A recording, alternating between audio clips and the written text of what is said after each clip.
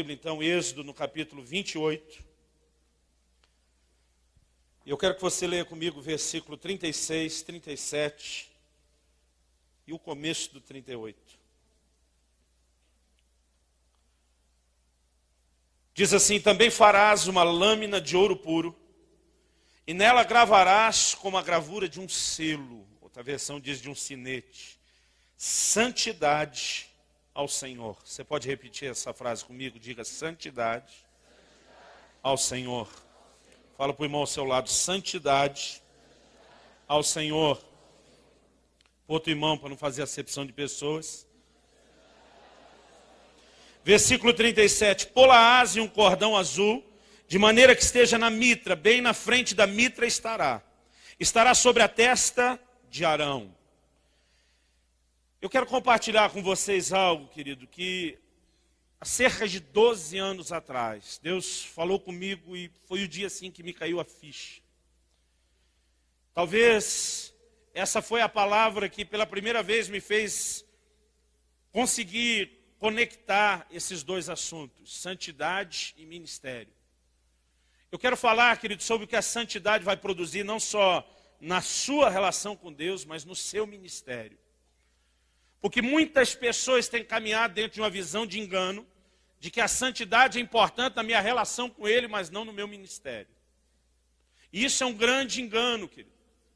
Porque o que nós temos aqui no livro de Êxodo é Deus, pela primeira vez, na existência, na história da humanidade, oficializando o ministério. Até então as pessoas aparecem sacerdotes.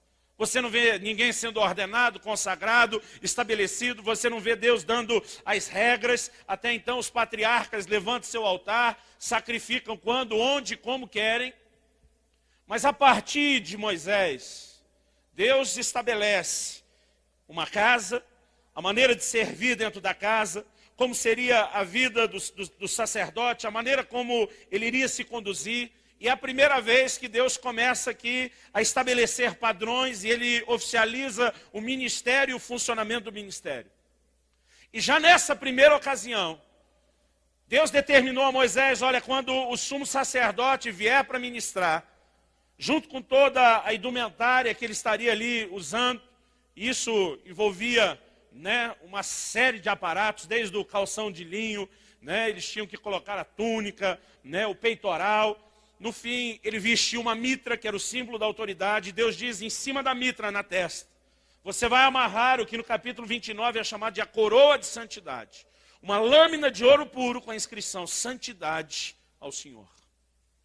Deus estava dizendo que cada vez que o sumo sacerdote viesse a público, o que as pessoas iriam ler, e aquilo era um mini outdoor, o que as pessoas iriam ler era uma inscrição, querido, enorme, que talvez só fosse maior se tomasse o lugar do peitoral: santidade ao Senhor. E o que eu entendo que nesse texto Deus está dizendo, que eu amo a tipologia bíblica, como alguém que tem o ministério de ensino, eu gosto de pegar os detalhes, mas hoje eu não tenho nem tempo para mexer nesses detalhes. Por que Deus mandou que fosse amarrado, como ele diz aqui no versículo 37, com um cordão azul, o porquê na testa? Eu creio que há toda uma simbologia nisso. Mas eu quero chamar a sua atenção para o fato de que Deus espera dos seus ministros santidade. Você pode dizer amém? Essa é uma das marcas que Deus diz: eu quero que quando o ministério vier a público, ele venha com essa marca. E Deus estava dizendo: eu espero isso de vocês. Mas quando ele mandou usar essa inscrição para que todos lessem, ele estava dizendo: eu quero criar neles, os que serão servidos pelo seu ministério, uma visão e uma expectativa de que vocês sejam santos ao Senhor. Então Deus está dizendo: não só eu espero de você isso, mas eu quero que as pessoas olhem para vocês e esperem isso de vocês. A força do ministério, querido, ela não é tanto determinada pela sua habilidade de funcionar nos dons e fazer o que tem que ser feito, como é determinada por Deus a força da liderança, querido. É o exemplo. É transmitir verdades que são vividas, que são praticadas. É você dizer: não só faça o que eu digo, mas é você dizer: faça o que eu faço. Porque nós vivemos, querido, numa época onde, talvez mais do que nunca, mesmo a geração de ministérios, ela não chama mais a responsabilidade para si. O tempo todo a gente ouve a frase, né, de alguém dizendo a alguém, olha, não olha para o homem, olha para Jesus. Você tem que dizer isso quando não tiver mais ninguém em pé. Porque Paulo dizia, seja meu imitador, como eu sou de Cristo. Ele dizia, camarada, viva a vida cristã como eu vivo. Vem atrás de mim, você vai chegar lá. E diz, eu estou imitando Jesus. E eu, assim como Jesus é um referencial para mim, vou me colocar diante de você como um referencial. E talvez, querido, um dos fundamentos do ministério, que tem a ver com a maneira como vamos viver essa vida de santidade, seja hoje um dos assuntos talvez menos pregados e ensinados, principalmente para aqueles que têm um chamado ao ministério ou já estão exercendo o ministério. Então, antes de falar sobre esse texto em si, eu quero dizer para você como perto de 12 anos atrás, Deus explorou alguns questionamentos que eu tinha, algumas dúvidas que eu tinha. Eu conheci, depois de ter sido cheio do Espírito Santo, eu procurei me aproximar de ministérios, com aquela visão interesseira que o pastor Jamal pregou. Irmão, você só não pode rasgar o manto, como Saul fez com Samuel. Mas tem que ficar esperando cair e pegar. Tem que estar de olho no manto. Eu comecei a me aproximar de pessoas porque um dia eu ouvi alguém dizer, olha, se você quer ser uma águia, junte-se às águias. Se você quiser ser uma galinha, fique com elas. Porque com o tipo de pessoa com quem você se relaciona, isso vai afetar muito aquilo que você vai ser e alcançar. Então eu tomei uma decisão. Eu quero me aproximar das águias. Então nós procurávamos pessoas que estavam em evidências pelo fazer. Hoje em dia, querido, a expectativa das pessoas, eu acho que está pior do que a nossa. O pastor Raulison disse, eu não sei se não foi no Casadoc do ano passado, que nós olhávamos para os homens de Deus, quando éramos meninos com o chamado, e nós queríamos ter o que eles tinham em Deus. A nova geração hoje olha para nós, e eles querem ter o que nós ganhamos com o nosso ministério. Já não é mais nem o que nós temos em Deus. A coisa está pior do que nunca. Mas na nossa limitação, naquela época, eu olhava para alguns ministérios que estavam fazendo e eu comecei a me aproximar. Eu quero ser usado por Deus como esse cara é, eu quero aprender com ele. E querido, eu levei um choque muito grande, porque eu nasci e cresci numa igreja tradicional, né, que a ênfase dele sobre o Espírito Santo era quase como se ele tivesse sido sepultado junto com o último dos apóstolos. Que tudo aquilo que você lê no livro de Atos era só para aquela época, não tem mais nada para hoje. Agora, eu cresci em igrejas, querido, que eram frias em relação aos dons, mas eram quentes no seu zelo de santidade por Deus, de agradar a Deus, de manifestar o caráter de Cristo. E durante muito tempo, querido, eu não conheci a unção do Espírito Santo, o poder, os dons, mas eu aprendi valores e princípios que foram importantíssimos para mim. Mas quando eu comecei a caminhar com os carismáticos, os pentecostais, aqueles que estavam vivendo a manifestação dos dons, eu fiquei escandalizado. Porque eu nunca vi, querido, tanta gente brincar com Deus em relação ao caráter, à maneira de ser e de viver, como no meio dessas pessoas que fluíam nos dons do Espírito. Pastor, o senhor está querendo dizer que quem tem os dons do Espírito não é santo? Não, querido. Não é isso que eu estou querendo dizer. Eu estou querendo dizer que muitas pessoas estão buscando isso e nada mais do que isso. E o interessante eram as explicações que eu ouvi. Irmão, o primeiro cara que eu vi movendo os dons, fluindo em Deus, movendo o ministério, que eu falei, eu quero me aproximar, não levou muito tempo. Infelizmente, ele caiu no pecado do homossexualismo. Quando a bomba estourou, nós ficamos horrorizados. Eu pensei, o próximo mentor que eu vou procurar tem que ser casado, para não ter esse perigo. Então procurei um casal que movia muito nos dons do Espírito, e alguns meses depois eles se separaram e o cara afundou na prostituição. Eu pensei, era casado, mas descambou para o outro lado. Tem um outro casal, que depois de um tempo também se separaram.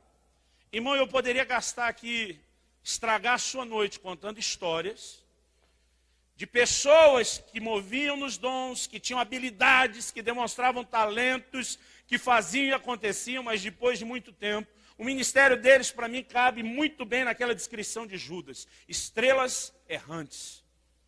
Você vê uma estrela cadente de vez em quando, ela aparece, brilha, chama a atenção, do jeito que veio, vai. tem muito ministério assim, irmão. Apareceram, você diz, esse vai virar geração avesso. Daqui a pouco, cadê? Sumiu. Não tem mais nada. E uma das coisas, querido, que me fez desejar caminhar e trabalhar perto do pastor Harold, que ministrou ontem à noite, com quem eu trabalhei por 12 anos, não era apenas pelo fato de que Deus usava a vida dele, ele era uma lenda na nossa igreja. As coisas que aconteciam, nós não estávamos acostumados, eram impressionantes. Mas depois de ver tanto isso, já não era o que me empolgava. O que me atraiu a dizer, eu quero estar junto, foi por causa da sua integridade. E como eu disse ontem, não estou tentando fazer nenhuma apologia à perfeição. Mas eu nunca vi, querido, em 12 anos de relacionamento, o pastor Harold sair da linha. Eu tenho certeza, eu falei para ele, eu tenho certeza que em algum momento escondido você deve ter cometido algum pecado. Eu falei, não pode ser desse jeito. Mas, querido, quando você relaciona e está ali perto, é lógico que as pessoas não são completas. Muitas vezes elas podem tomar uma decisão errada, mas estou falando, querido, de caráter, de integridade, de viver os princípios. Eu nunca vi, em área nenhuma da vida dele, nenhuma vez sequer, sair da linha. E o que me fez querer estar junto não era apenas mais os dons que estavam sobre a vida dele, mas dizer, não, eu quero ser como esse cara é, sério com Deus. Porque até então, querido, eu ouvia as explicações assim das mais diversas. Alguns homens de Deus que eu olhava de longe, admirava, e quando você começa a se aproximar, você começa a ver algumas coisas que te deixam com os cabelos em pé. E eu vi alguns dando todo tipo de desculpa. Eu vi um pastor uma vez numa reunião com os obreiros dizer, olha, o negócio é o seguinte, quando vocês vierem para o culto, eu não quero nem saber como estão, subiu ao altar, vai ter que fazer acontecer, vai revelar, vai profetizar, vai fazer isso, vai fazer aquilo, e botando assim a pressão, eu quero resultado. E disse para a equipe, a primeira vez que eu subi para o púlpito, brigado com a minha mulher, eu achei que um anjo ia puxar a espada e me matar. O fim da conversa era mais ou menos assim, como não matou, vai do jeito que tiver. E eu fiquei olhando e disse, não pode ser verdade. Outra vez, eu vi 2 ministérios, eram sim ícones na cidade na época, mas se tornaram essas estrelas errantes, que aparecem e somem. Eram gente que você dizia, cara, se o avivamento estiver vindo, deve ser por esses 2. E se encontraram de 2 ministérios diferentes. E daqui a pouco aquele grupo está conversando, eles decidem, vamos sair jantar junto. Eu não sei da onde e nem como isso aconteceu, mas chamaram e convidaram o Orelha Seca junto. E lá vou eu. Eu aprendi, querido, quando você está com gente que andou mais, feche sua boca e aprenda. Eu gosto de falar. Mas quando você está com pessoas que andaram, eu gosto de ficar quietinho e diz, vamos ouvir. E eu não abro minha boca, eu estou assim, só prestando atenção nas conversas, e eu vejo uma conversa desses 2. Eu falei, esses 2 conversando, vai relampejar hoje, vai ser unção para todo lado. E um diz para o outro, meu amigo, nós não podemos ensinar ao povo o que é a graça de Deus. Eu estou pensando, como não? Aí um deles diz, é verdade, porque o dia que eles entenderam o que é a graça, eles vão deitar e rolar. Irmãos, na época eu não tinha assim uma bagagem bíblica profunda para entrar no debate, e eu creio que nem faria isso se tivesse. Não naquele momento, não naquela circunstância. Mas eu pensei, que conceito de graça é esse? Quando a Bíblia diz que onde abundou o pecado, superabundou a graça, a Bíblia não está dizendo que a graça de Deus é uma tolerância para você fazer o que quer. Pelo contrário, a Bíblia diz em Tito 2, que a graça se manifestou salvadora a todos os homens. Para quê? Ensinando-nos que, renegadas as paixões e as impiedades mundanas, sirvamos a Deus no presente século de forma sóbria, justa e santa. A graça não é algo para eu me apegar e dizer, então posso fazer o que quiser, deitar e rolar, no fim tem perdão, está tudo certo. A graça nunca foi isso, que ele nunca será isso. Mas o problema é que um daqueles 2 estava literalmente deitando e rolando. E ele se escondia atrás daquilo, é porque eu entendo a graça.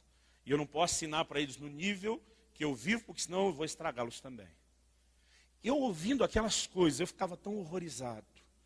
Eu vi um pastor defendendo a ideia de que santidade é importante na sua relação com Deus. Fruto do Espírito é para você poder relacionar bem com Deus.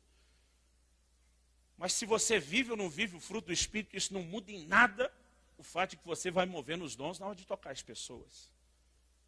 E ele usava aquilo como se fosse um argumento assim, então não importa como estamos, vamos fazer acontecer. Eu vi um outro pastor dizendo, olha, ficam dizendo que alguém não pode ser usado em pecado, mas não é verdade, esse pastor falando. Porque Jesus disse que alguns um dia vão estar diante dele, vão dizer em teu nome profetizamos, curamos enfermos, expulsamos demônios. E Jesus diz, apartai-vos de mim, vós que praticais a iniquidade. E ele falando, Jesus não falou que eles não foram usados de verdade. E disse que eles tinham pecado, mas não negou o fato de que realmente profetizaram, curaram enfermos, expulsaram demônios. E ele usando aquilo como uma doutrina, se eu tiver em pecado, eu também vou fazer acontecer. E minha vontade era agarrar no pescoço do camarada e dizer, mas você não ouviu o que Jesus disse? Que depois que você funcionar nos dons desse jeito, ele vai dizer, apartai-vos, eu não vos conheço. E durante muito tempo eu comecei a questionar Deus, qual a relação entre santidade e ministério? Porque muitos não entendem a longanimidade de Deus. Deus diz lá no livro de Apocalipse, dei-lhe tempo para que se arrependesse. E quando Deus dá esse tempo e o camarada se sente impune, nada aconteceu, é quando muitas vezes não só não se arrepende, mas ele se envereda ainda mais por um caminho de morte.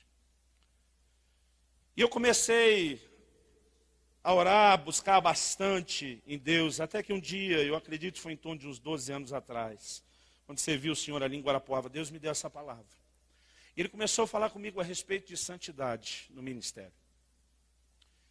E Deus, ele me falou duas coisas, querido. Eu quero resumir essa mensagem em 2 pontos. Primeiro, santidade, eu vou pedir que você repita isso comigo, diga santidade gera autoridade. Em segundo lugar, diga comigo, santidade libera unção.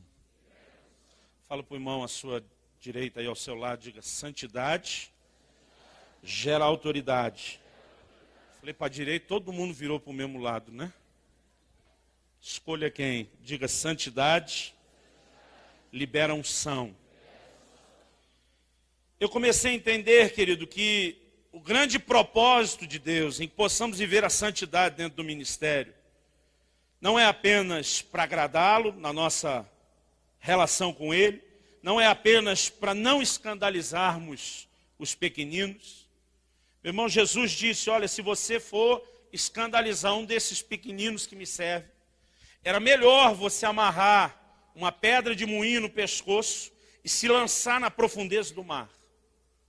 Quantos aqui entendem na sua teologia que o suicídio é um pecado complicadinho? Paulo escreve aos Coríntios e diz, se alguém destruir o templo do Espírito, o corpo, Deus o destruirá.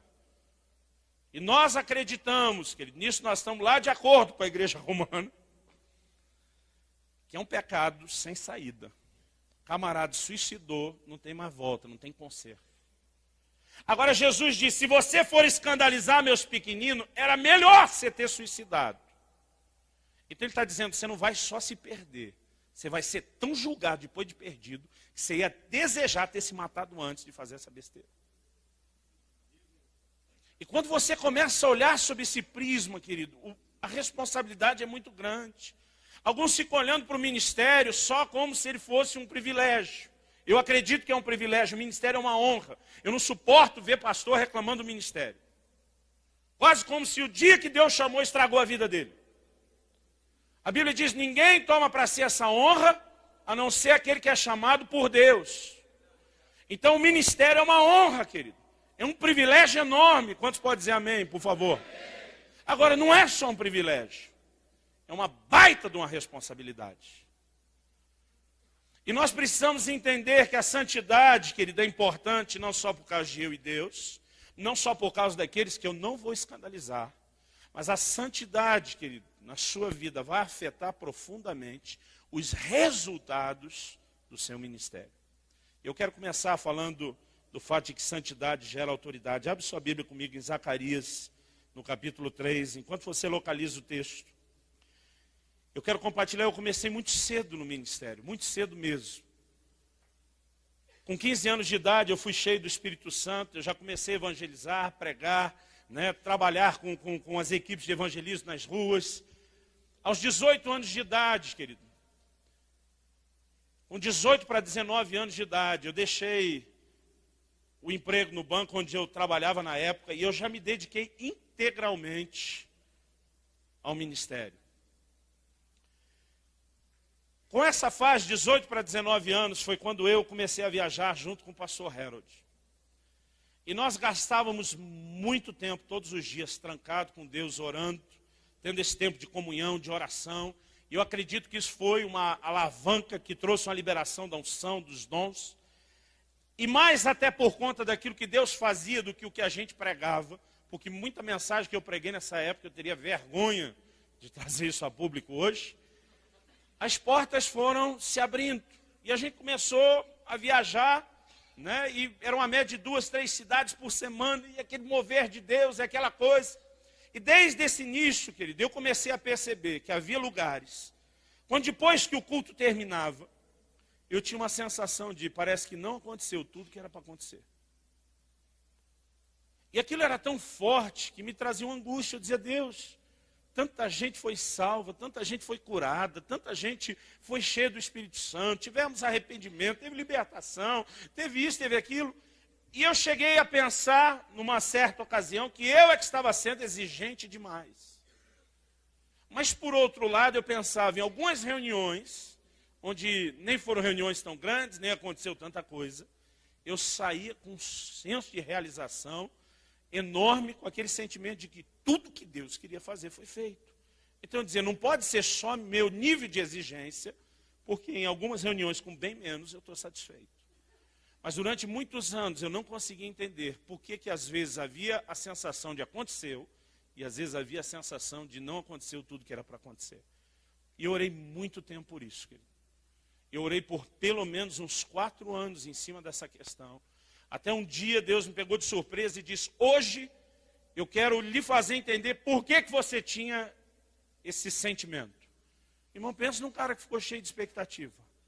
4 anos pedindo a resposta. Deus diz, é hoje.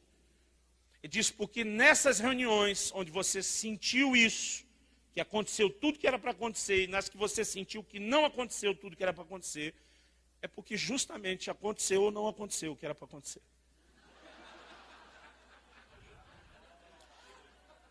Eu acho que eu nem disse obrigado. Muito obrigado pelo esclarecimento. Fiquei quietinho, falei, eu já suspeitava que isso vinha do Senhor.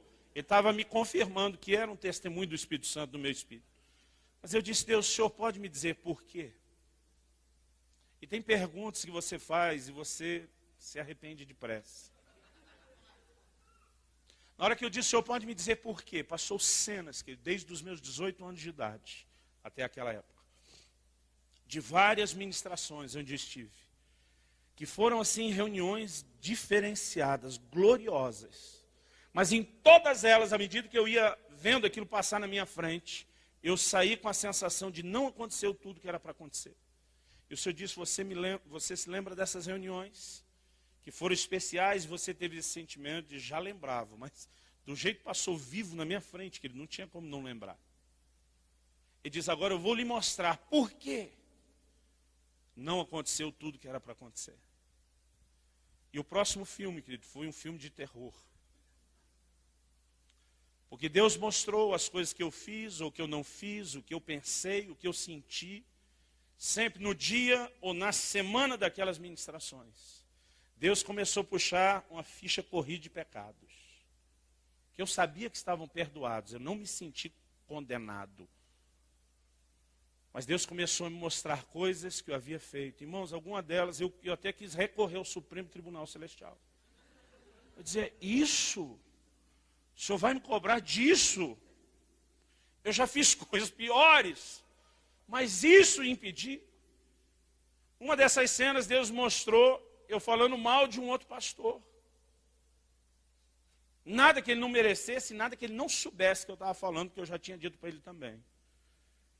Embora um dia Deus me dê uma definição de que há 2 tipos de maledicente. O falso que fala pelas costas e o transparente, o honesto que fala na cara. Mas Deus me disse, os 2 são maledicentes. Um é pior um pouquinho porque não é honesto, não é sincero. Eu vi uma outra cena, querido, onde eu nem falei mal do pastor, eu só pensei. Nem sabe quando você consegue fechar a boca e não fala. Eu vi um outro culto, querido, onde o que Deus mostrou foi pensamentos impuros. A minha vontade era gritar, me mostra um que não teve. Mas, querido, quando você está na luz, não adianta nem brigar. E à medida que Deus foi me mostrando aquelas coisas, Ele falou ao meu coração, muitos não percebem essa mensagem que eu tenho trazido no seu coração desde o início do ministério. Porque alguns olham para os resultados e eles ficam tão empolgados com os resultados, que eles não conseguem entender que mesmo tendo um nível de sucesso, eles poderiam ter tido um bem maior. Deus diz, desde que haja sucesso no que vocês fazem, normalmente vocês nem questionam se poderiam ter ido mais longe, desde que alguma coisa tenha acontecido. Mas Deus me disse, você tem sido roubado no seu ministério, as pessoas a quem você ministra têm sido roubadas no seu ministério, sempre que existe mácula. E Deus, sabendo que eu gosto de algum versículo para provar as coisas, não que Ele precise disso, Ele me trouxe a Zacarias 3. Eu tinha lido a Bíblia tantas vezes, irmão, mas eu nunca tinha reparado nisso. Em Zacarias 3, a partir do versículo 1, diz assim, Ele me mostrou o sumo sacerdote Josué, o qual estava diante do anjo do Senhor, e Satanás estava à sua direita para se lhe opor.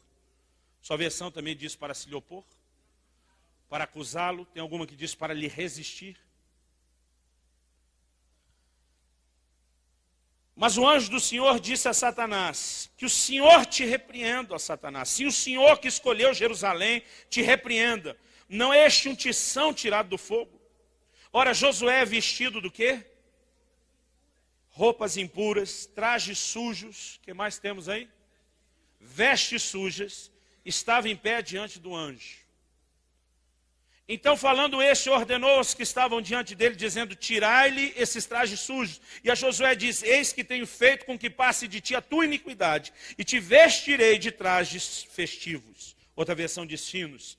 Também disse eu, ponham-lhe sobre a cabeça uma mitra limpa, ou turbante, dependendo da versão. Puseram-lhe, pois, sobre a cabeça uma mitra limpa, vestiram-no, e o anjo do Senhor estava ali de pé. E o anjo do Senhor protestou a Josué, dizendo, assim diz o Senhor dos Exércitos, se andares nos meus caminhos e observares as minhas ordenanças, também tu julgarás a minha casa, e também guardarás os meus atos, e te darei lugar entre os que estão aqui.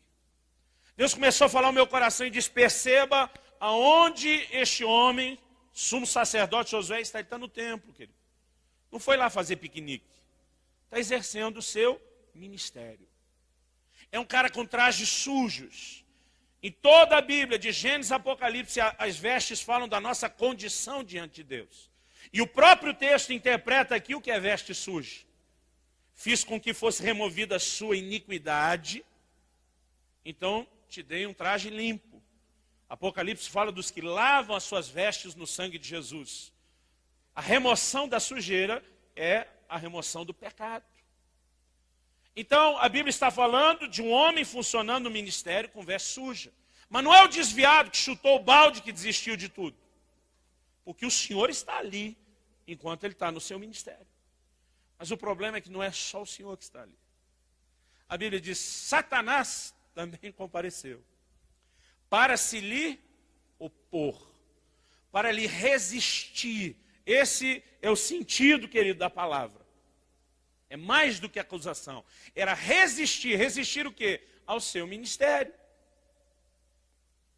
Porque quando nós deixamos de andar em santidade, nós perdemos a autoridade.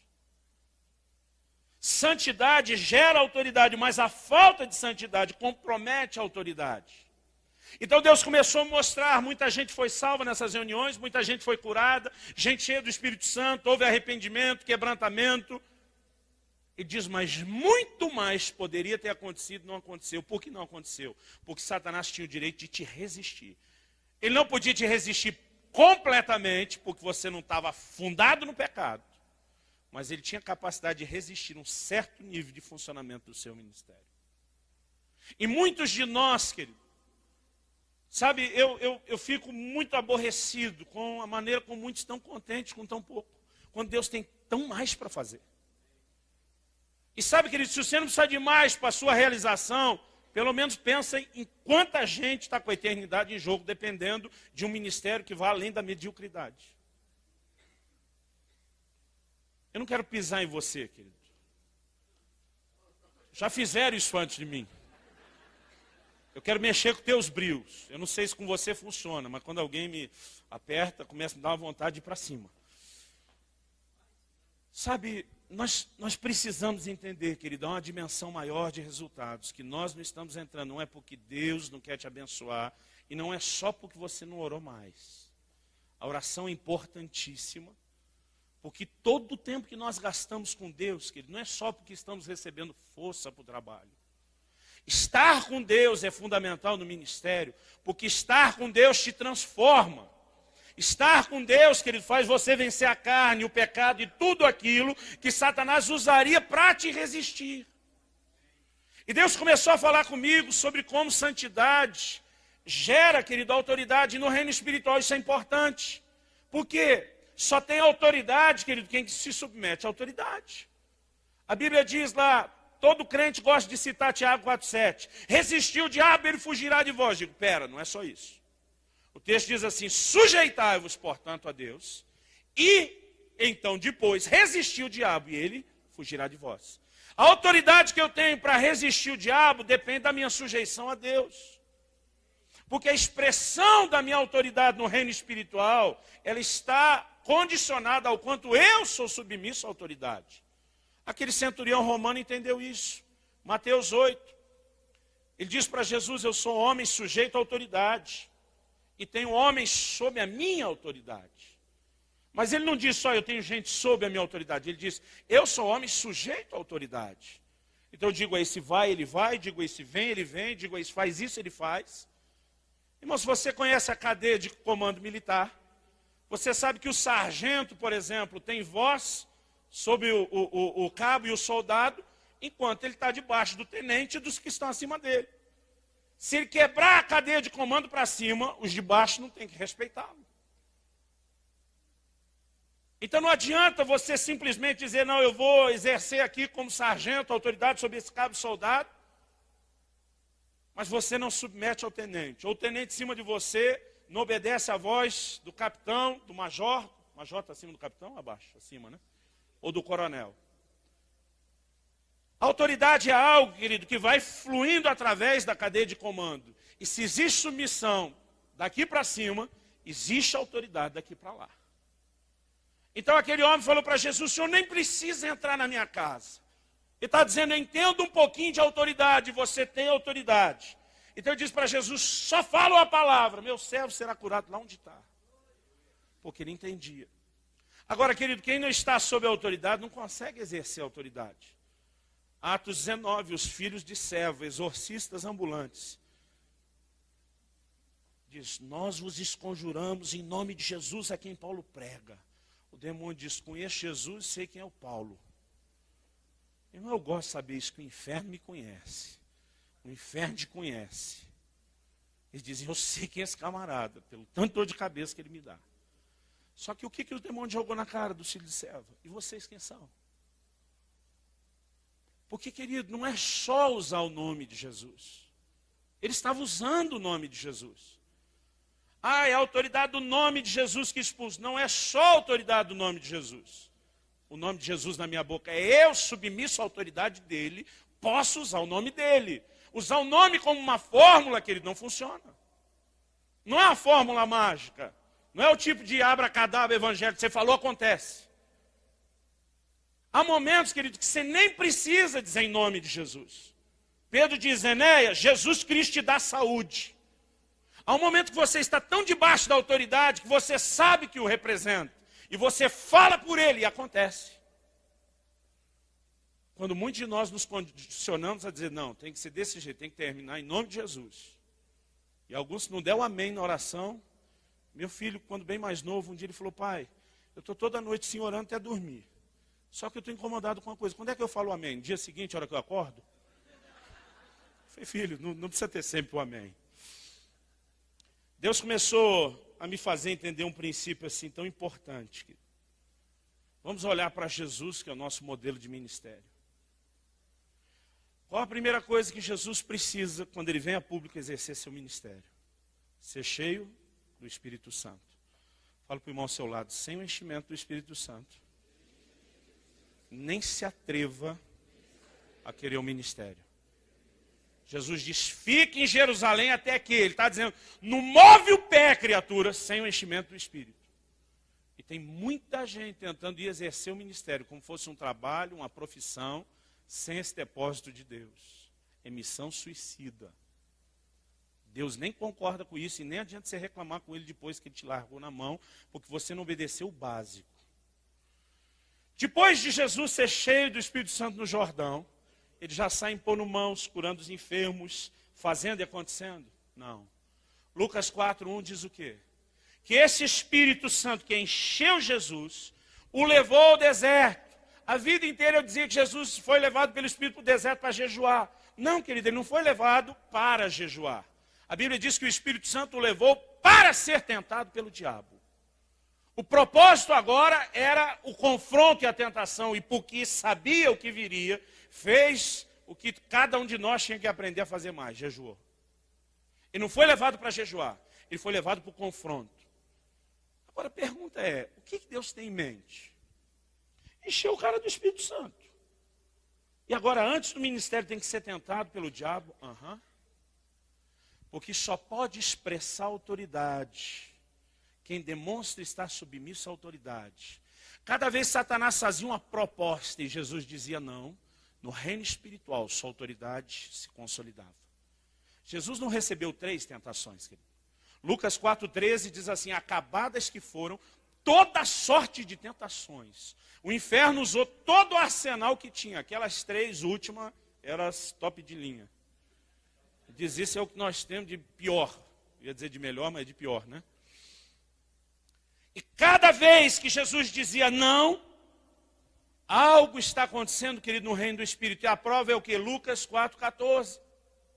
Lucas 4:13 fala do fim da tentação, e aí Lucas 4:14 diz assim, então regressou Jesus, no poder do Espírito, para a Galileia. E aí ele diz, o Espírito do Senhor está sobre mim, e os sinais, milagres, prodígios acontecem. Por quê, querido? Para expressar a autoridade de Deus, você tem que se submeter a Ele. E alguns não entendem, Deus, eu pedi um ministério para ser cheio do Espírito Santo, e eu caí nessa confusão, nessa batalha. Irmão, é daí para pior, nunca melhora. Isso é que nem videogame, cada vez que você passa de fase, vai ficando pior. E não adianta você deitar no chão e fingir de morto. Outro dia uma pessoa falou para mim, não, pastor, eu não quero esse negócio de ministério, porque eu não aguento mais brigar com o diabo. Eu falei, você acha que ele vai te dar sossego agora? Você já está na boca dele. Mas que fica pior, fica, irmão. Mas porque fica pior, fica cada vez melhor. Porque à medida que você vai vencendo, sua autoridade vai sendo consolidada. Você pode dizer amém? Eu creio que o grande problema da nossa geração na área de formação de ministérios é porque nós transformamos, querido, a formação de ministério num processo de informação, de transmitir conhecimento. Na maioria das igrejas o camarada vai ficar 4, às vezes 5 anos num seminário. Vai aprender coisas que nem eu entendo para que vão servir. E quando ele sai de lá, sai do jeito que Paulo falou aos Coríntios, inchado. Porque o conhecimento, querido, se não vier seguido de quebrantamento, ele incha. Agora, é errado ter conhecimento? Não, querido, é uma das habilidades que Deus requereu para o ministério. Em 1 Timóteo 3, ele diz, olha, o camarada tem que ser apto para ensinar. Se não tiver a condição de transmitir alguma coisa, Deus não disse que tinha que ser eloquente. Deus não disse que tinha que falar bonito, mas disse que tem que ser apto para ensinar. Então você tem que conhecer alguma coisa, viver, saber e conseguir passar. Agora, se você pega a lista de 1 Timóteo 3, eu fiz uma relação juntando o que ele fala aos que desejam o episcopado e o diaconato. Eliminei as repetidas. Na minha conta, tem uma lista de 15 características. Dessas 15, uma é habilidade, apto para ensinar. 14 são traços de caráter. Outro dia um pastor falou comigo de uma forma quase debochada. Ele disse, vocês formam seus pastores de qualquer jeito, né? Eu falei, não, quem forma de qualquer jeito é você. Vocês botam 4 anos, ensinam tudo, tem que dizer, o camarada sai adulterando, roubando, pecando. A gente talvez não consiga formar os doutores que vocês formam, mas nós só levantamos pessoas que conhecemos, que tocamos de uma forma bem de perto, a ponto de olhar e dizer, esse tem alguma coisa a oferecer que não é só habilidade. E sabe, nós temos errado muito nisso. E aí o que acontece? Que tem muita gente fazendo barulho, mas não existe os resultados que deveria acontecer, porque nós não temos autoridade. O diabo consegue segurar os resultados. E aí Deus começou a falar comigo sobre o segundo aspecto, que santidade, na verdade, libera unção. Antes disso, querido, eu quero ler um versículo dentro dessa visão da formação. 2 Timóteo, capítulo 2, de 20 a 22. Paulo diz, ora, numa grande casa, não somente há vasos de ouro e de prata, mas também de madeira e de barro. Uns, na verdade, para uso honroso, outros, porém, para uso desonroso. 21. Agora ele vai mostrar que ele está falando da casa de Deus, e que na casa de Deus, e eu acho que é por isso que ele chama de grande casa, existe vaso para honra e para desonra. Irmão, tem muito ministério servindo, infelizmente, só para desonra. E o camarada não entendeu que ele perdeu o tempo de ter se matado antes. Versículo 21. Se, pois, alguém, então está falando de pessoas, se purificar dessas coisas, será vaso para honra, santificado e útil ao Senhor, preparado para toda boa obra. Quando alguém está preparado para toda boa obra? Quando ele se tornou um vaso santificado. Aí ele é útil ao Senhor e ele está preparado.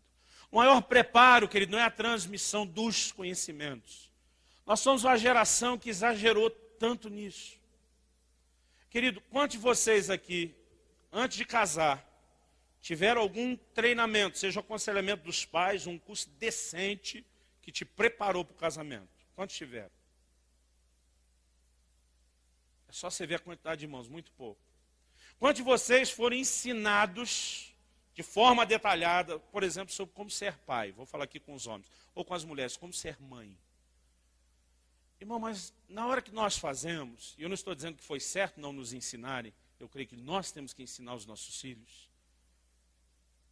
Mas, querido, eu fico impressionado como às vezes uma garota de 16 anos, que responsavelmente virou uma mãe solteira, e que não tem a estrutura emocional, maturidade, nada, apesar de todas as suas limitações, alguma coisa sai de dentro dela, como o pastor Jamal falou, daquele depósito já está dentro da gente, e ela consegue fazer, ainda que não seja de forma perfeita.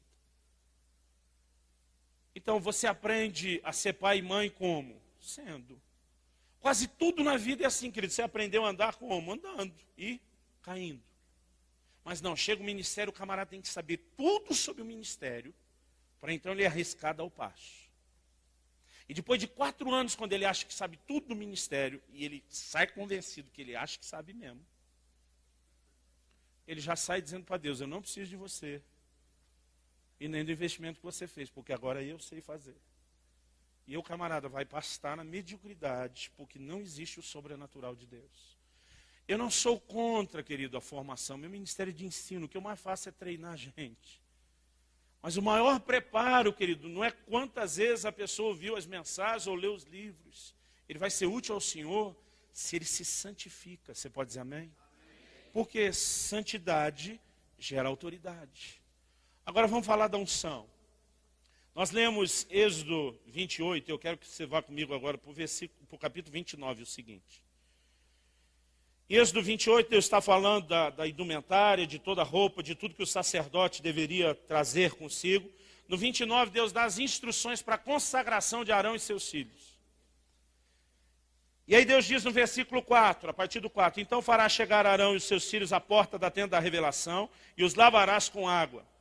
Depois tomarás as vestes e vestirás Arão da túnica e do manto, do éfode mesmo, do peitoral, e cingirás o éfode com o seu cinto de obra esmerada, por-lhe-ás a mitra na cabeça, que é o símbolo de autoridade, e Deus diz, e sobre a mitra porás a coroa de santidade.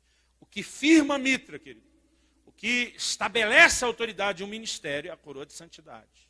Mas olha agora o versículo 7. Então, tomarás o óleo da unção, e derramando-lhe sobre a cabeça ungirás.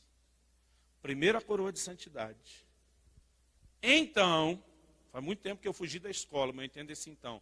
Depois disso, só depois disso, agora que colocou a coroa de santidade, olhe na cabeça do camarada. Querido, eu quero que você não entenda isso de forma errada. Não estou dizendo que unção é prêmio por bom comportamento. A igreja precisa parar de tratar Deus dessa forma. Que bênção, qualquer coisa boa e maldição é sempre prêmio por bom ou mau comportamento, como se Deus tratasse a gente feito esses treinador de cachorro. Fez certo biscoito, não fez jornal nele. E eu creio que nós temos sido muito roubados por essa mentalidade. Então, querido, não estou dizendo que você tem que merecer a unção. E quando eu estou falando de unção, querido, eu não estou falando apenas de receber o Espírito Santo.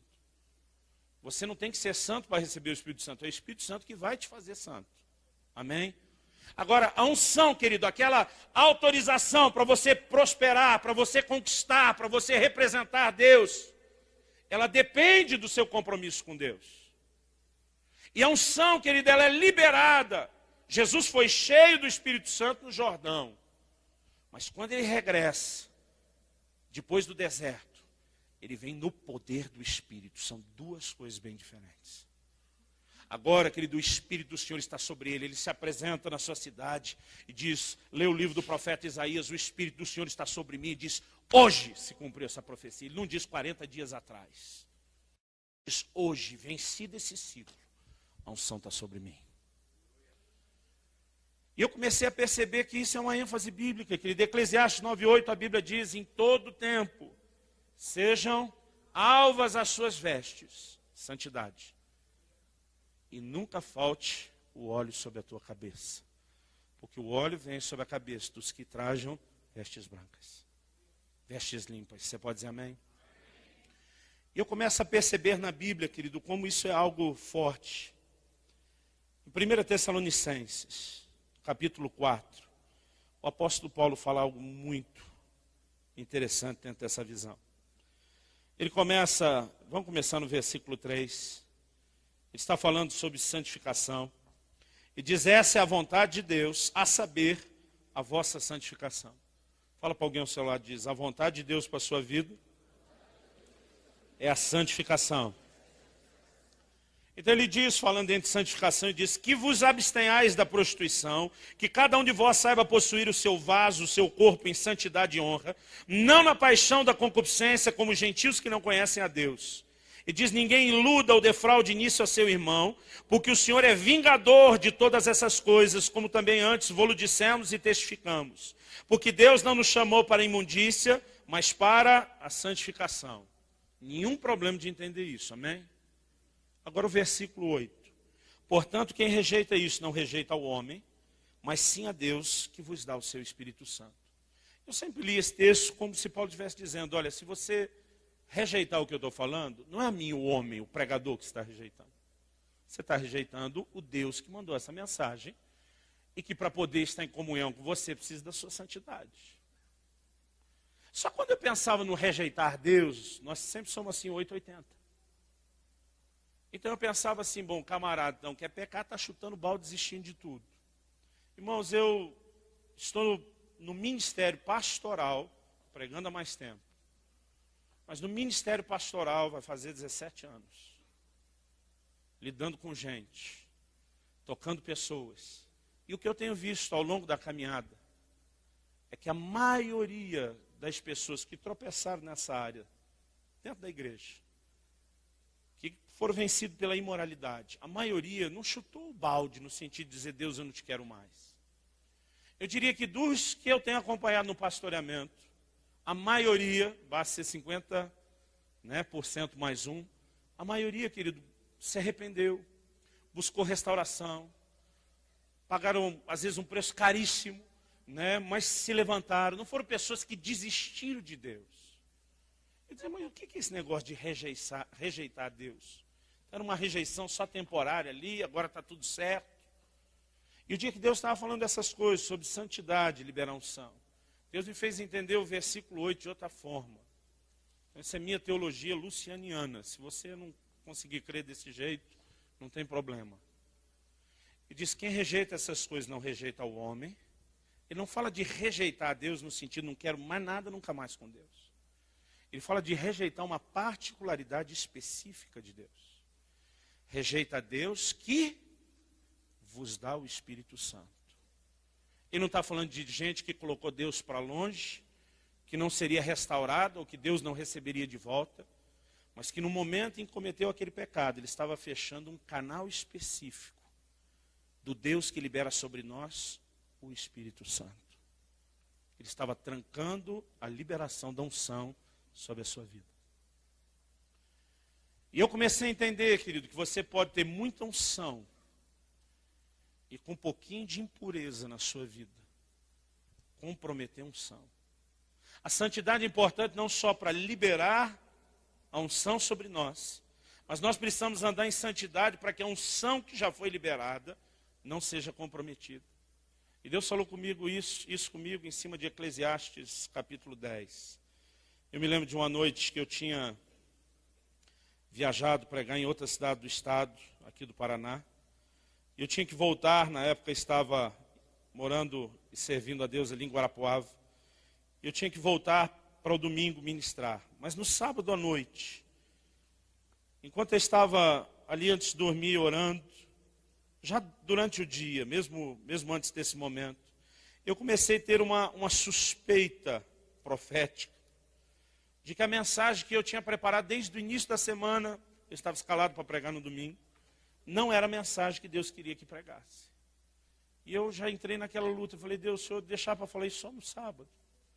Eu desde segunda, orando, te buscando, me preparando, achando que estava no caminho certo, o Senhor não me deu nenhuma dica, só no sábado. E eu iria ministrar no culto à noite, depois teria uma reunião com os líderes. Depois dessa reunião com os líderes, eu ia para a casa do pastor tratar algumas coisas com ele e eu sabia que ia dormir tarde. Consequentemente, indo dormir tão tarde na madrugada, a gente não conseguiria levantar tão cedo. E eu já sabia que seria impossível nos deixar sair antes do almoço. Então na minha cabeça estava tudo cronometrado, nós almoçamos, pegamos a estrada, eu vou chegar em cima do culto. E eu não tenho tempo de hoje para amanhã para preparar nada, a não ser aquilo que já está pronto. Então eu comecei a orar e dizer, Deus, se não for isso, o Senhor tem que me socorrer de um jeito bem depressa. Porque eu não vou ter tempo, e eu não posso deixar de fazer o que eu vim fazer aqui, e eu não tenho tempo para preparar outra coisa. Então antes de dormir eu comecei a apelar em oração. Falei, o Senhor fala tanto em sonho com a minha esposa, podia falar comigo também. A sensação que eu tenho, irmão, é que o meu sistema de vídeo ele vive em pane, só funciona o áudio. E aí eu comecei a orar, a dizer, Deus, também sou teu filho, também sou amado teu, por favor.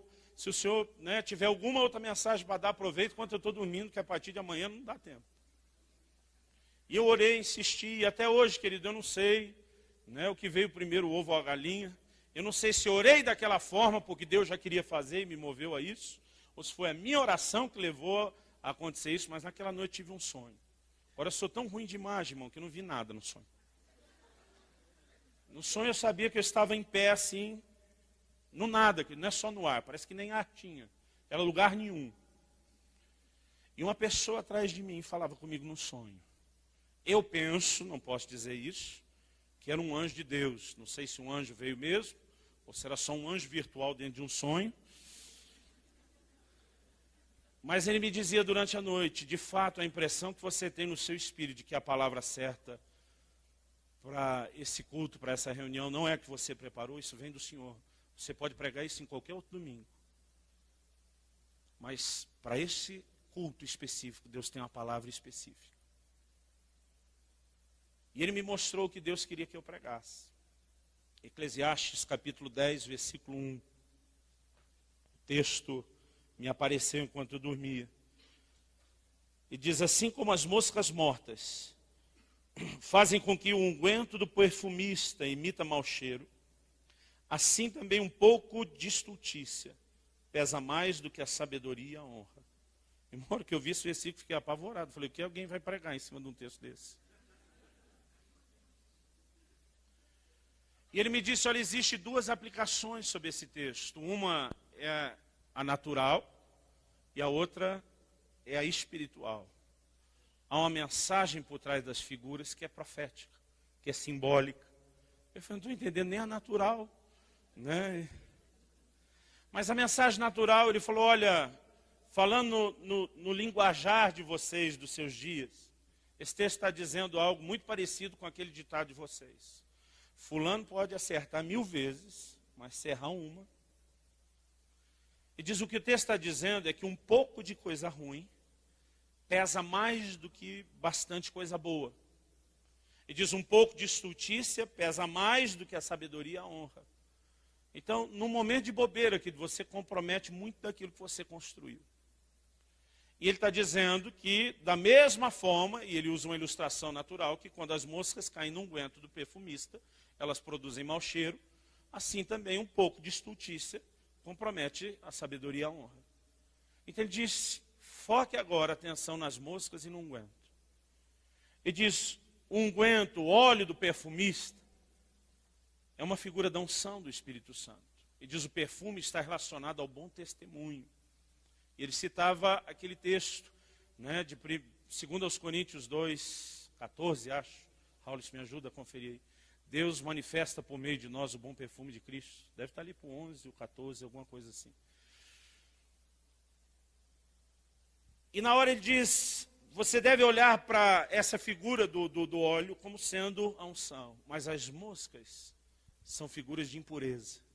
Ele me disse, essa não é a mosca doméstica que você vê hoje na sua casa. Era um tipo de mosca bem associada à decomposição, ao lixo, à podridão. E era o tipo de inseto que quando morre libera mau cheiro. Quando criança a gente gostava de, na escola durante a aula, a gente levava especificamente para esse fim, para matar na hora da aula, que a gente chamava de Maria Fedida.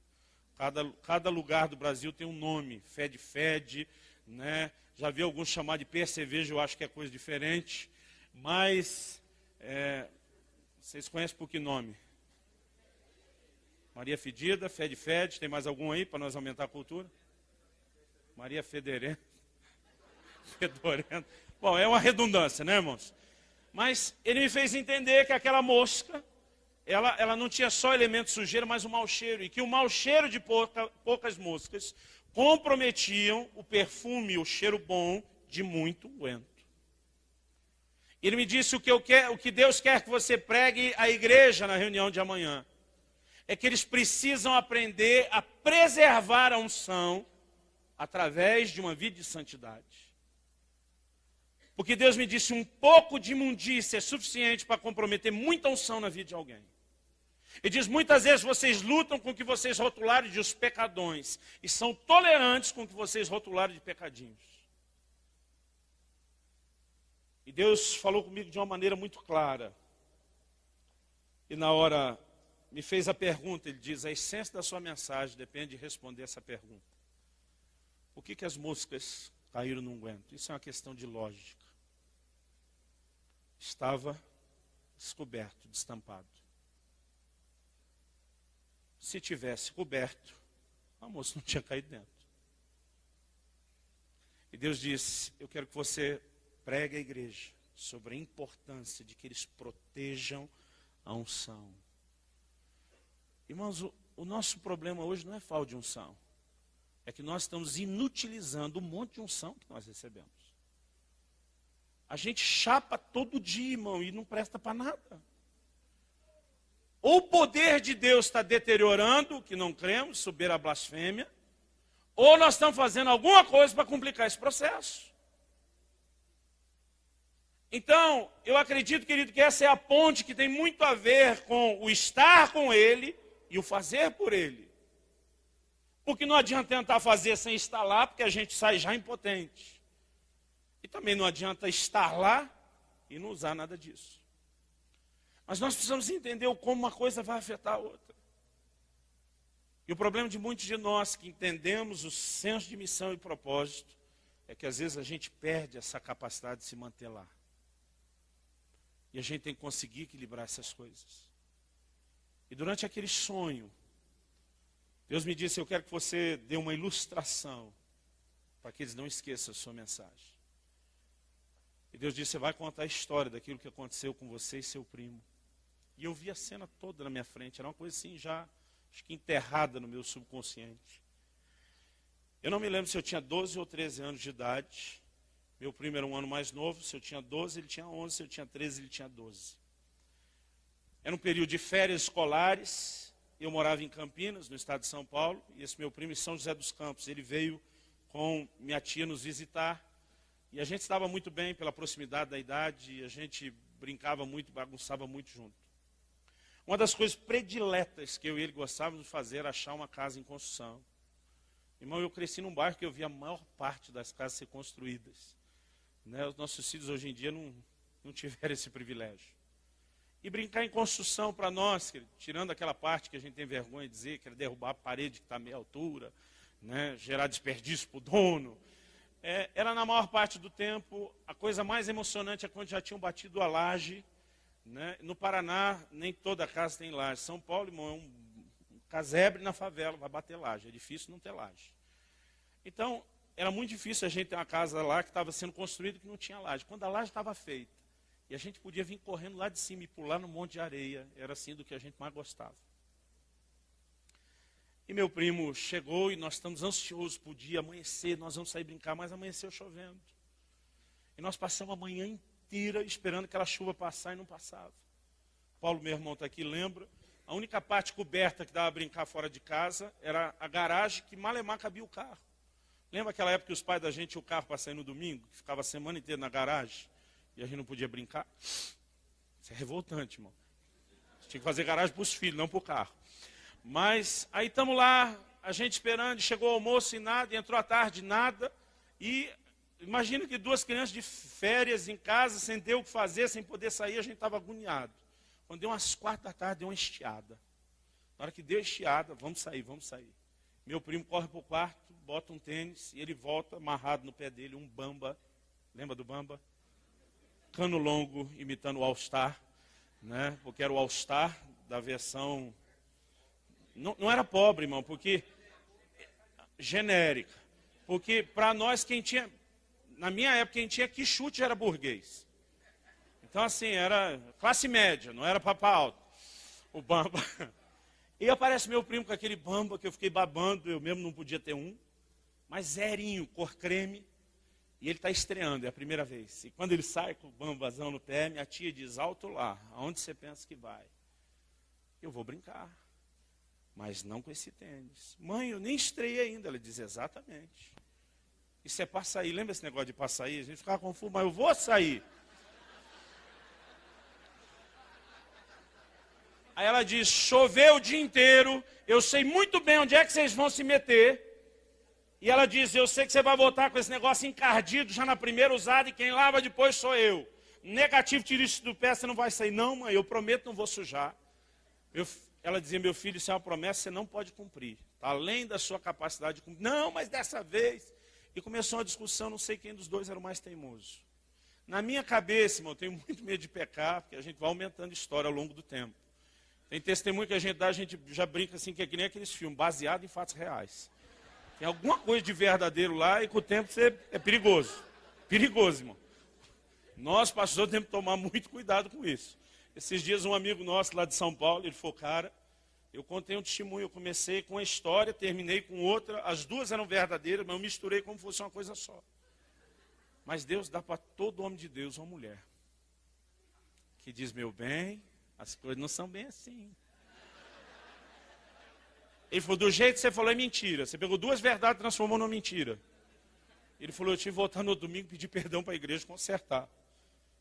Então eu fico assim preocupado. Mas se escapar alguma, querido, seja tolerante. Na minha cabeça, na minha lembrança, uma licença poética. Raul, nós vamos te dar até um pouco de oferta, de tanto você está ajudando os pregadores. Você é demais. O que seria de nós sentir? Sentir é bonito, né? O que eu estava falando mesmo, antes de você me dar essa ideia? Na minha cabeça, deve ter levado algo perto de uns 20 minutos. Irmão. Pode ser que seja o exagero da lembrança de criança, que tudo era maior. Mas aquela briga do meu primo com a minha tia não acabava nunca. Ele dizia para ela, mãe, se eu voltar com uma sujeirinha, você pode me matar de tanto bater. Ela disse, pois agora deixa eu ir, só para lhe pegar na volta. Porque eu sei que você vai voltar com isso sujo. Eu dizia, cara, esquece isso, vamos cuidar, dá licença, se mete. E depois de um tempão saíram com o Bambi. Ele saiu todo preocupado. Vocês sabem que o asfalto da maioria das ruas, ele tem aquela inclinação para a água escorrer para a sarjeta. Então ele andava no meio da rua, olhando se não vem carro, mas longe das poças d'água.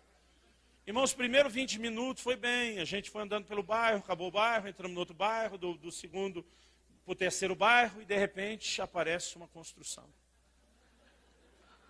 Ele disse, cara, a construção é essa, você não me falou, os caras já estão até botando telhado em cima da laje, a gente não veio aqui. Eu falei, nem eu sabia, eu quase não veio aqui.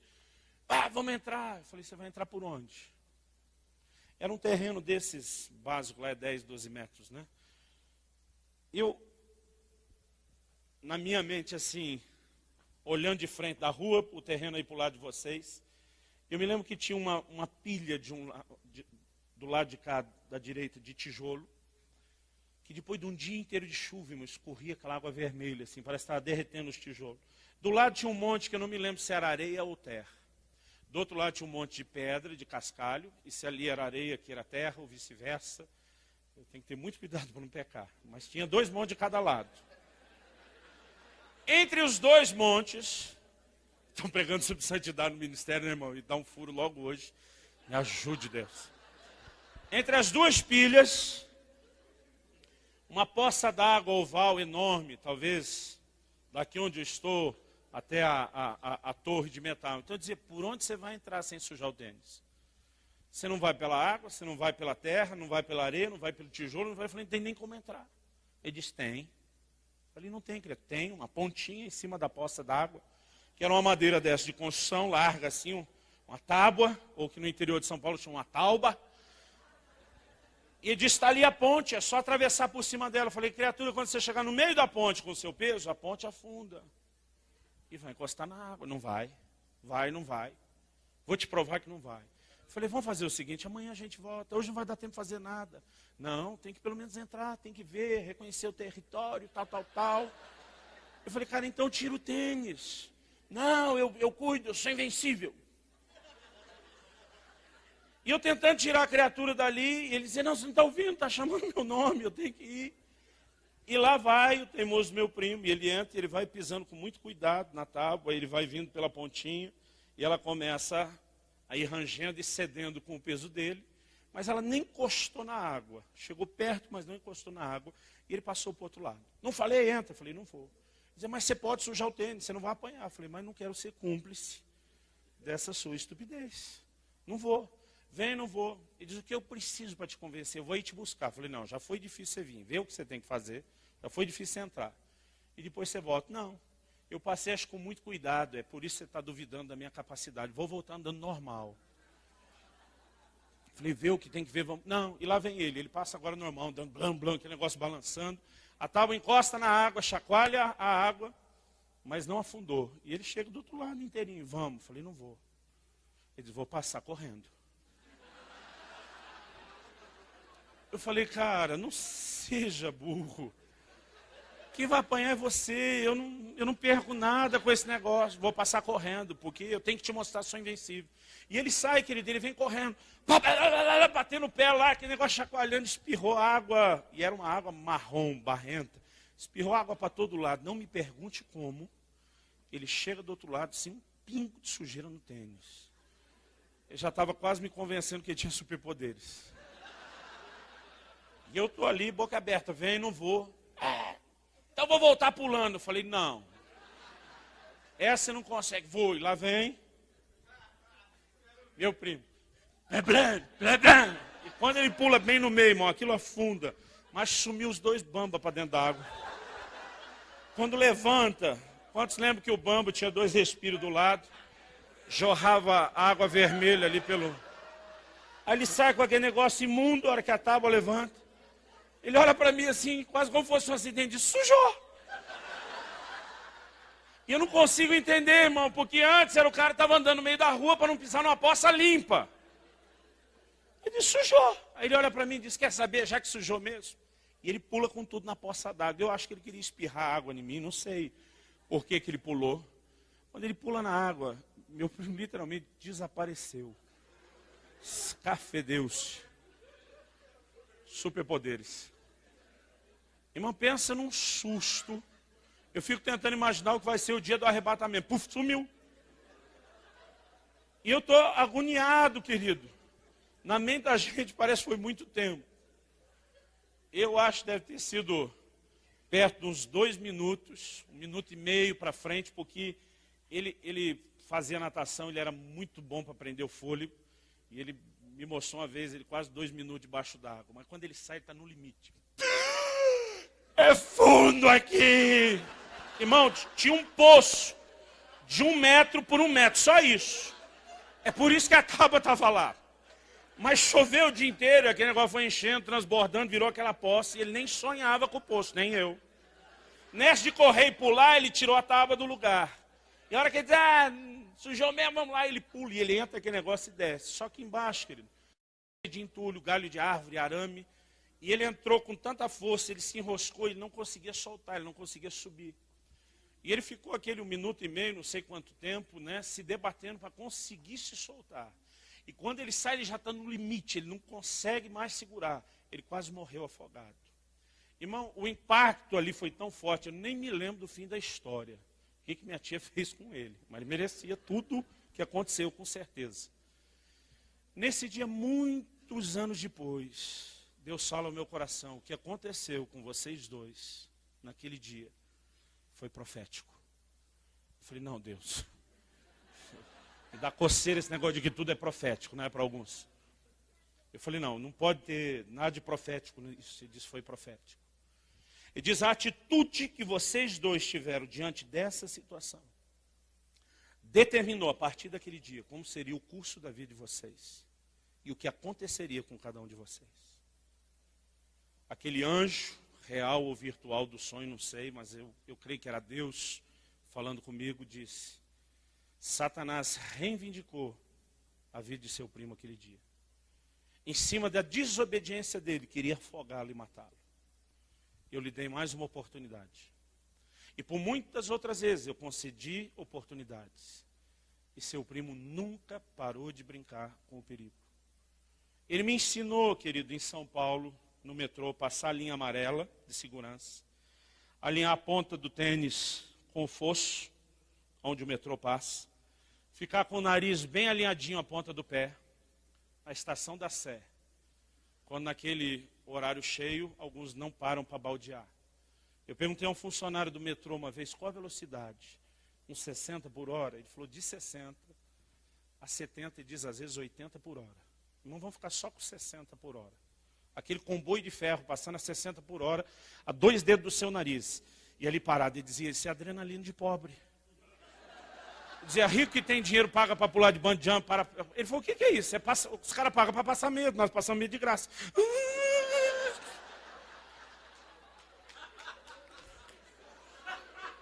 E era medo, irmão. Porque se alguém esbarrar em você sem querer, o horário é cheio, você está morto. E meu primo era desse assim que ele sempre ia além do limite. Ele nunca sabia a hora de parar. Então, se escapou na andar devagar, vem uma mais depressa, se escapou, vem correndo, se escapou, vai pular. E se escapasse pulando, acho que ele vinha de cambalhota, irmão, não sei. Agora Deus me disse, essa atitude dele levou a experimentar o que experimentou. Quando ele tinha 18 anos de idade, um traficante colocou uma arma na cabeça dele, fez ele engolir 3 papelotes de cocaína, que arrebentaram antes de ele conseguir chegar ao hospital para uma lavagem. Ele morreu de overdose. Enquanto isso aconteceu com ele, o diabo tentou tirar a minha vida. Eu tive um acidente de carro. E quando eu saí, eu fiquei 2 dias na UTI. Quando eu saí, eu soube que meu primo tinha morrido e sido enterrado. Eu nem podia ir ao enterro dele. Deus me disse, o diabo tentou tirar a vida de vocês dois no mesmo dia. Por que pôde levar dele a sua não? Vocês decidiram andar por caminhos diferentes. O anjo dizia, você podia sujar o tênis. Você não estava proibido. Mas seu senso de coerência não permitia que você se unisse ao que ele estava fazendo naquele momento. Não acho que eu fui santo, irmão. Mas Deus estava falando sobre escolhas. E ele disse, essa atitude te levou onde você está hoje, em Deus, no ministério, e sem que o inimigo pudesse tirar a sua vida. E a atitude e as escolhas dele, infelizmente, o levaram para além da minha longanimidade. Eu creio, querido, que nossas escolhas, elas afetam profundamente o nosso futuro e o nosso destino em Deus. Eu não sei se meu primo teve lucidez, tempo ele teve.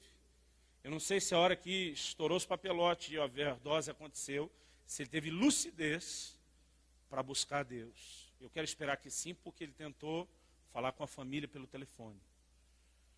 Eu não sei se ele sabia que ia morrer, mas a ligação ele já estava meio abobado com a droga, era de quem tentava se despedir. Eu quero crer que, conhecendo o caminho, ele tenha tido tempo para se arrepender antes de partir. E eu espero poder encontrá-lo um dia na glória, embora às vezes eu não me questiono porque não dá para ter certeza disso. E Deus me disse, você vai contar a história do seu primo, porque muitos na caminhada comigo são exatamente igual ao seu primo. Eles pecam um pouquinho, não aconteceu nada.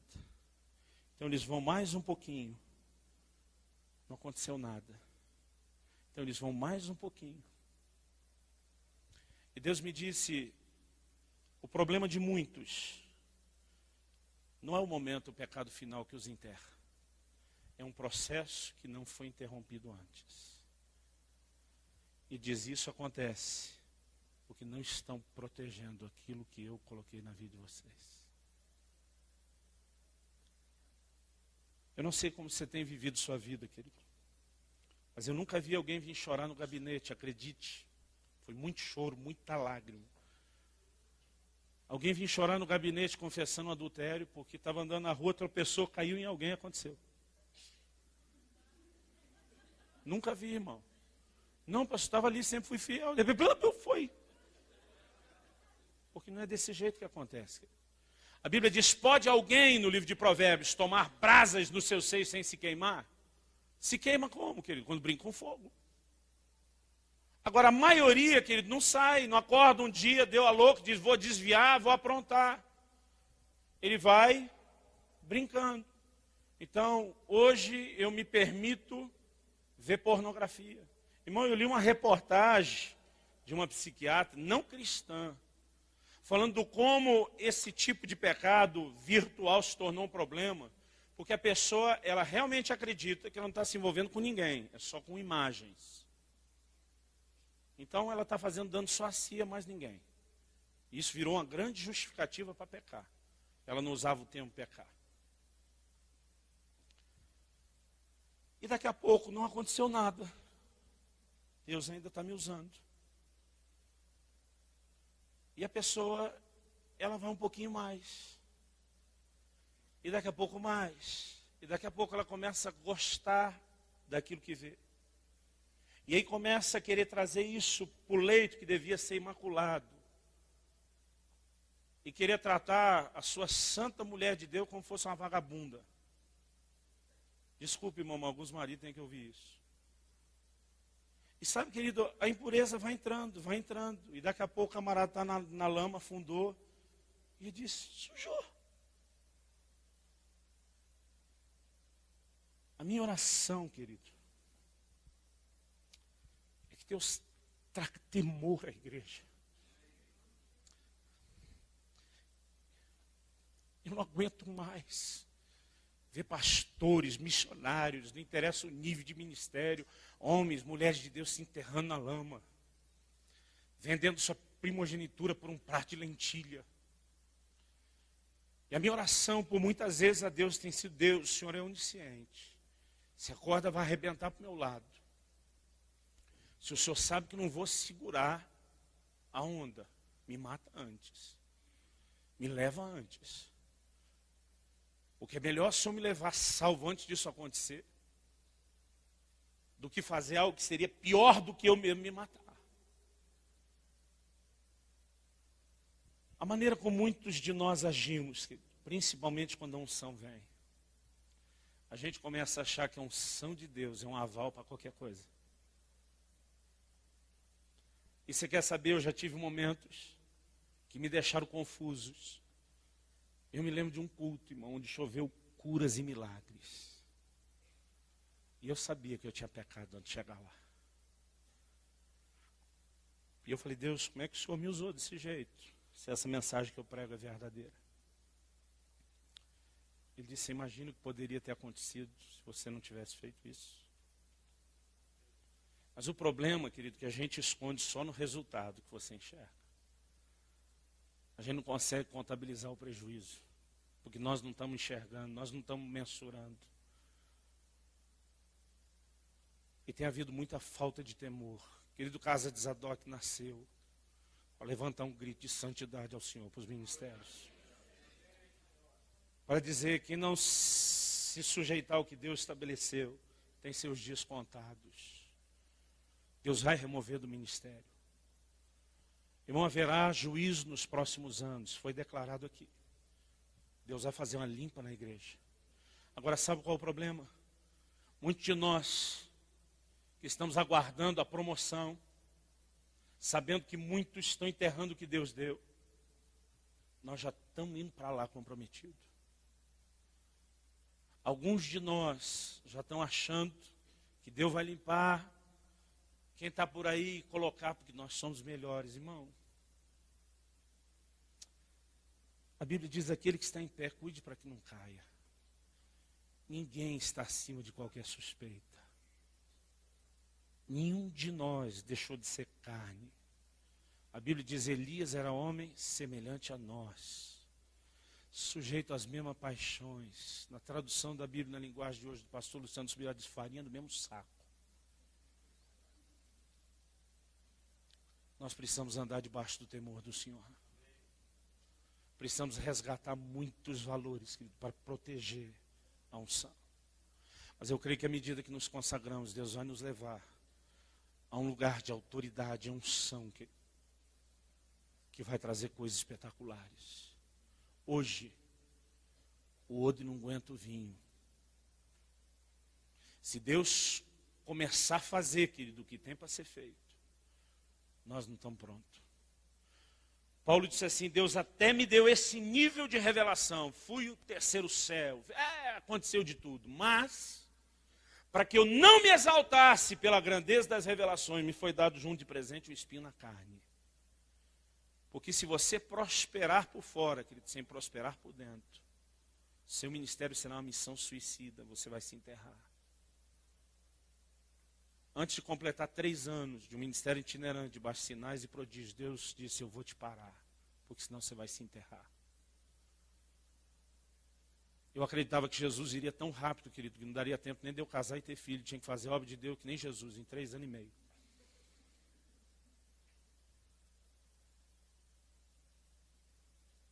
Eu acredito, querido, que nós somos os maiores responsáveis por não estar acontecendo o que deveria acontecer. Porque quanto menos correspondemos com Deus, menos Ele pode fazer através de nós. Quando Jesus vai voltar, querido? Eu, particularmente, doutrina minha, se não é obrigado a acreditar, não acho que é uma data estabelecida. Deus, na sua onisciência, sabe, mas não tem o dia e hora que tem que ser. Deus sabe quando vai ser o dia e a hora. Quando que veio o dilúvio? Quando a arca estava pronta. Não, Deus disse que seria 120 anos. Não, você faz a conta, irmão. Aqueles 120 anos não tem nada a ver com o que Deus falou. Porque a Bíblia diz que Noé teve seus filhos no ano 500 da sua vida. Deus fala com ele depois dele já ter os filhos. E o dilúvio é no ano 600. Então tem que ser menos de 100 anos. Quando Deus diz os dias do homem serão 120 anos, Ele está reduzindo o prazo de vida. A partir dali você vê que os homens não vão viver mais tanto tempo. E Moisés, que chegou nesse 120, que era o limite, escreveu e disse, é 70, quando muito 80. Baixou de novo. Quando que o dilúvio veio? Quando a arca estava pronta. Jesus disse que os dias da sua vinda serão semelhantes aos dias de Noé. Agora, será que ele já não podia ter vindo antes? Por que ele não veio, querido? Porque nós não terminamos esse negócio. Por que a gente não rende no ministério? Porque não temos compromisso com Deus. Eu não consigo imaginar, querido. Não consigo conceber na minha ideia. Eu dizer, Deus, vou dar 80%, 90% de mim para você. Eu li num livro do Sérgio Scataglini, uma ilustração que mexeu comigo. Ele diz, você beberia uma água, uma garrafa dessas mineral que você compra no mercado, de água mineral, onde viesse no rótulo 98%, 99%, não me lembro, acho que 98% de água mineral pura, límpida e 2% de água de esgoto? Ele disse, você beberia uma água dessa? Ele disse, por que nós estamos dando para Deus isso? 90 e tantos por cento de santidade. Irmão, não tem outro caminho. Se você não quer trilhar isso, cai fora, desiste depressa. Porque se depois de estar lá, você pisar na bola, Deus vai dizer, era melhor você ter se matado antes. Algo tem que mudar. Mas eu creio, querido, numa geração que vai submeter a Ele. Eu creio que é um remanescente que não dobrou seus joelhos e a boca não beijou a Baal. E é um chamado, um grito no coração de Deus, para que a gente possa corresponder com Ele. Você pode dizer amém? Eu quero te convidar a se colocar em pé.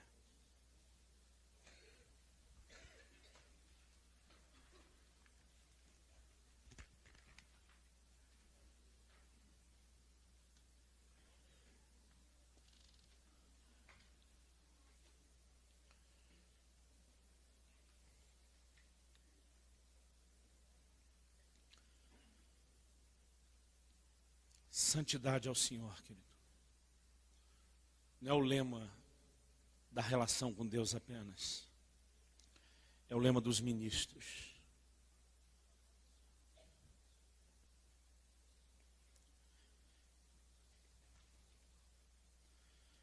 A minha intenção, querido, não é te apontar o dedo.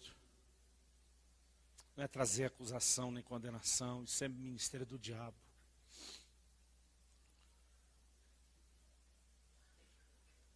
A minha intenção, querido,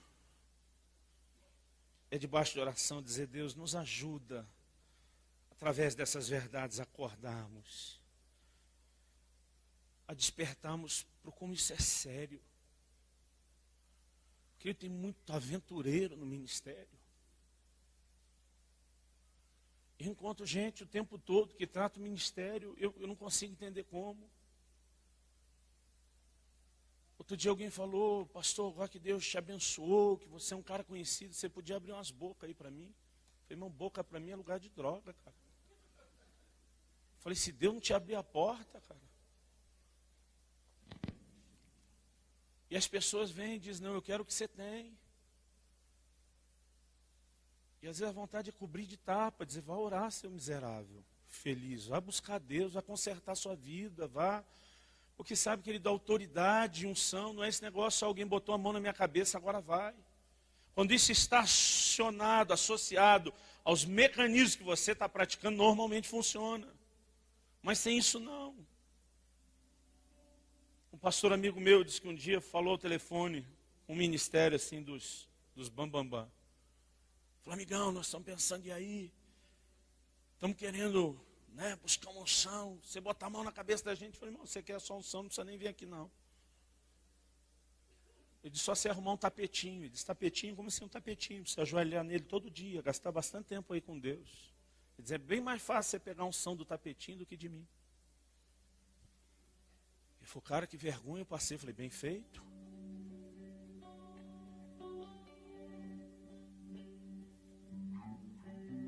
Irmãos, é lógico que cada um de nós, os pregadores, já que todo mundo desabafou, eu também queríamos ter mais tempo numa conferência dessa.